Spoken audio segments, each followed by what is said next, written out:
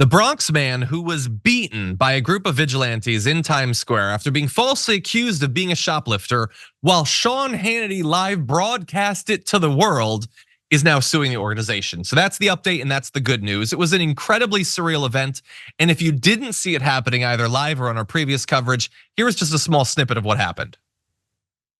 All right, now Eric Adams often complains he's getting no support from the federal government to help him with the surge of Joe Biden's unvetted illegals in New York. And that could be because of the so-called border czar is a little distracted right now.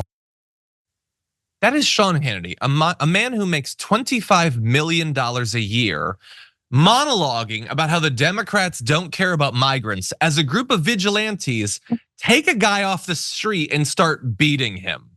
And he just goes on with his monologue. Now, I want to be clear. Sean Hannity, the Hannity Factor Report, I don't even know what the hell his show is called, and I don't particularly care, as well as Fox News, they're not parties to this lawsuit as of right now. It's just Curtis Sliwa, head of the Guardian Angels, the guy who I'm going to talk about in a second. But it kind of feels like the guy who didn't do anything, didn't say anything, in fact, gave like xenophobic talking points, like to the sound of a vigilante beating, kind of should bear some sort of legal responsibility. In any event, after that clip, Curtis Sliwa, the guy who's organizing the group of vigilantes, comes back on the air and says, our guys have just taken down one of the migrant guys. They've taken over. He called him a shoplifter, which he was not, and says, let's just say we gave him a little pain compliance. His mother back in Venezuela felt the vibrations. He's sucking concrete. And Sean Hannity's just like, this is compelling content. And I'm gonna sort of give a non-apology in a few days, but right now I'm loving this.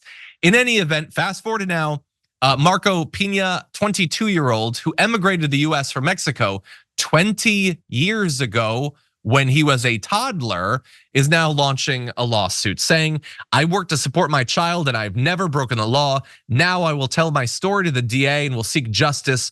I'm not afraid anymore. Now he apparently was afraid. That's why it took a little while for him to come forward this lawsuit. He was worried about his immigration status. He was worried about the fact that he describes himself as a nobody in the city while Curtis Sliwa is famous. I was intimidated and scared since I'm only protected by DACA, a temporary permit for immigrants like myself that arrived here as babies. Whereas Sliwa is so famous that he literally can be brought on Fox News to help assault people. And so I understand Marco's concern there, and I wish him the best in the lawsuit. Sharon, what do you think?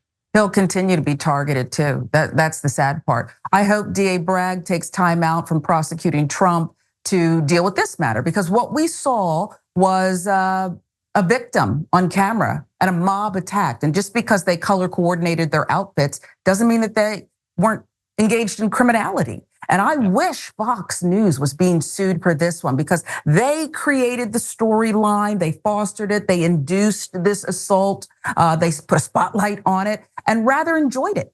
Hannity enjoyed it, it seemed, and much of his audience, I suspect, did as well. I'm sure they were cheering at home. I mean, many of them were probably asleep. They're very, very old, but I'm sure the ones who were awake were cheering. And he barely had to apologize. No change has taken place on his show that we've seen. And so again, they're not part of the lawsuit. And I understand why that might be more difficult to pursue, but if Bragg gets involved, it's not impossible theoretically. But yeah, just the idea that like you're going around saying, these migrants, they're doing terrible things. They're assaulting people on the streets while you're assaulting people on the streets. You've become the thing that you warned against, and yet there's been no learning. And I don't just mean since this assault. I mean, and it was pointed out by community activists working with Marco Piña, Sliwa has been faking crimes for publicity for 3 decades. Okay, and Sean Hannity either knew that or had an obligation to know that when he decided to give this guy a live platform to commit crimes to support his anti-immigrant efforts.